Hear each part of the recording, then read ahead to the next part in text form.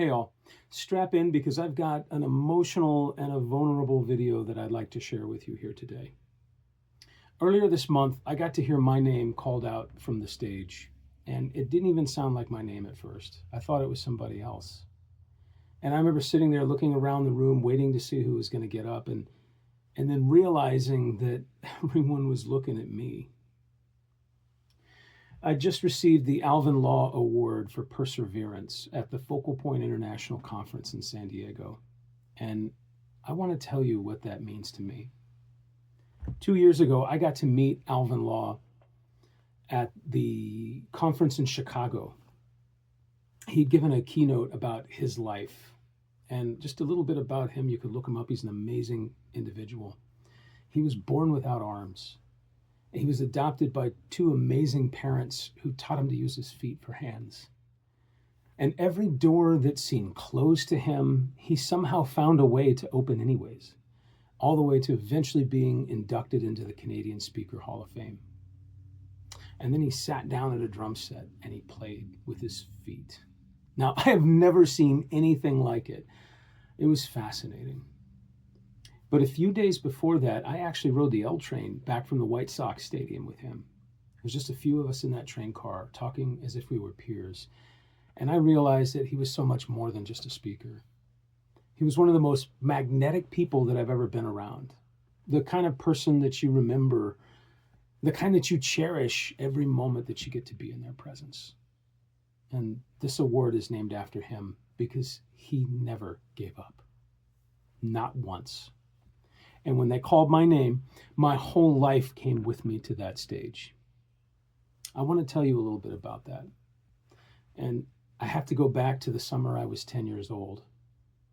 I wanted to go to the Kings Lake summer camp more than I'd ever wanted anything. Now, the year before, my folks had bought me 1 week, and it had been everything to me. Canoes, archery, campfires, singing songs in the dark. It was amazing. It was everything I wanted, and I wanted it all again. But I realized they had 4 weeks of camp. And so I asked the question, why can't I go to all 4? Well, my folks told me that they'd buy another week for me like they did the year before. And if I got good grades, they'd offer to buy another week. But anything beyond that was on me. So I spent the spring doing janitorial work for my dad's practice. And I mowed lawns and pulled weeds, and I saved every penny I could, which, trust me, was really hard for me as a kid. And that spring, there was an assembly at our school. They were giving out awards and prizes. I think it was for a reading contest or something like that. And 3 of the prizes were weeks of summer camp. Now, they started with the kindergartners, and they were working their way up, and so I'm sitting here in the back of the room watching all of these prizes come down off of the wall one by one. 2 of those weeks came off the wall. And then the third one almost went to someone else. They walked up, they grabbed it, and then they changed their mind and grabbed a different envelope. And when they finally called my name, I can tell you, I have never been so proud to pull something off of a wall. Now, I wish that were it, but every week I went to camp, something happened to me that almost ended all the fun. Week 1, our counselor brought in a bowl of ice cream to the cabin after we had already been called for lights out. And we all were excited. I remember leaning over from the top bunk to grab a bowl, and I slipped and I fell over the side, and I landed right on my head. And I got a terrible crick in my neck. I couldn't hold my head straight the next day. And they wanted to send me home, but I was able to tough it out. The second week, I got into some Devil's Club, and I got covered with a rash from head to toe. And they wanted to send me home. And I remember my mother coming out and taking me to the Palmer Hospital. And the doctor said, it's just a common dermatitis. Give him some calamine lotion. He'll be fine. Week 3, something else happened. And honestly, I don't even remember what it was. But I remember almost getting sent home again. And the 4th week, man, I still hadn't learned my lesson. I was back up on the top bunk again. And in the middle of the day, we were making up our beds before the cabin inspection, and I slipped, the bar fell off behind me, and I fell off, and my leg got caught in the ladder. And I just hung there upside down, screaming in pain, and I was so scared. And the counselor grabbed me and carried me to the med shack and laid me on the bed. They called my folks and told them, man, he's really done it this time. He broke his leg. You're going to have to come get him. My folks drove out to get me, but by the time they got there, I was actually outside chasing a butterfly, which proved that I was all right. So I got to stay. And at the closing campfire, they were handing out awards for best swimmer, most helpful, all that kind of stuff. And the very last award, after everything else, they rolled out this giant cottonwood stump. And they had wood burned my name into the stump with the words, most persistent camper. Obviously, I still have it. It's been in my office for years, reminding me to never give up. Now, I want to tell you about last year. I'd been coaching for the SBA's Thrive program for the previous 2 years, and it was a meaningful chunk of my revenue.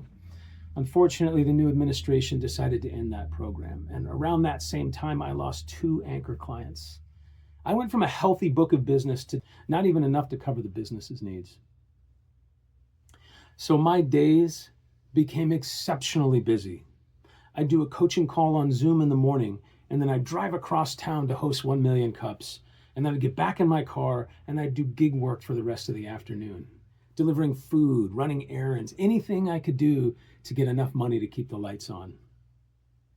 We burned through all of our savings and survived on credit cards. I actually missed the Focal Point conference last year in Boston. I paid for the conference itself, but I couldn't afford the airfare and the hotel. So I stayed home. And I worked day and night doing thankless work for pennies and scraps.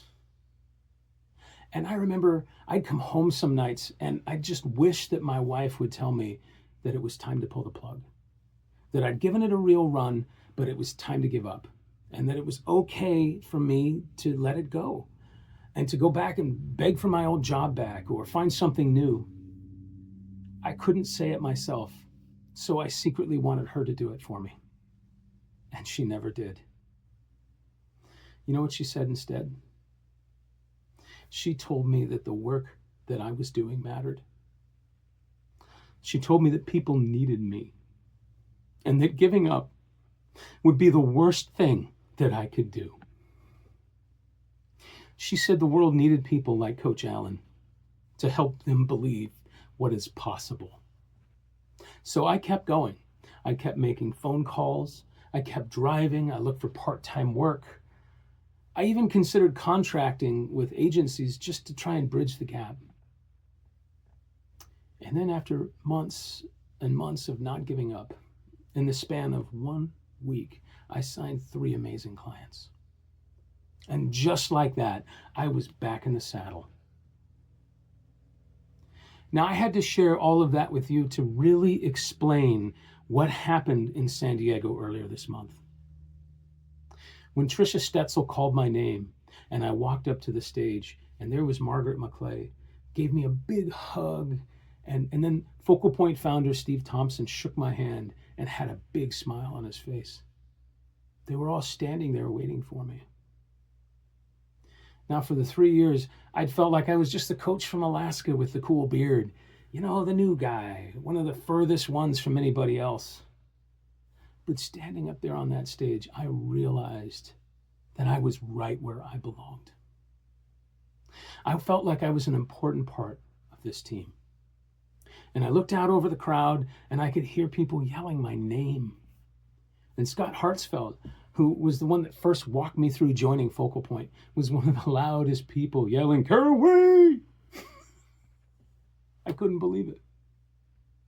I said my thank yous on stage, and I remember I saved the biggest thank you from my amazing wife for believing in me, for supporting me, and for standing by me when all I wanted in the world was for her to tell me to stop. Now, what's amazing is the whole room stood up for her and gave her a standing ovation, and trust me, she deserved it. I held that award up with tears in my eyes, and they took pictures. You know, I've always believed that the best is yet to come. That no matter how good things get, they can always be better. That tomorrow is like a magnificent, mysterious gift, and we get to find out what's inside one day at a time. I've taken a lot of lumps, And I've also had a lot of great success. I'll never forget when my third cafe failed in 2007. And what hurt most was not the money, but it was the fear that I had just lived through the end of an era and that I would never get to be part of that again.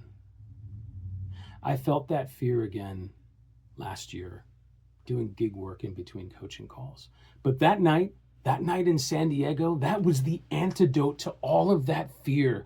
That award reminded me of something important, that if you don't give up and you don't quit and you keep pushing, that the only other thing left is eventual success.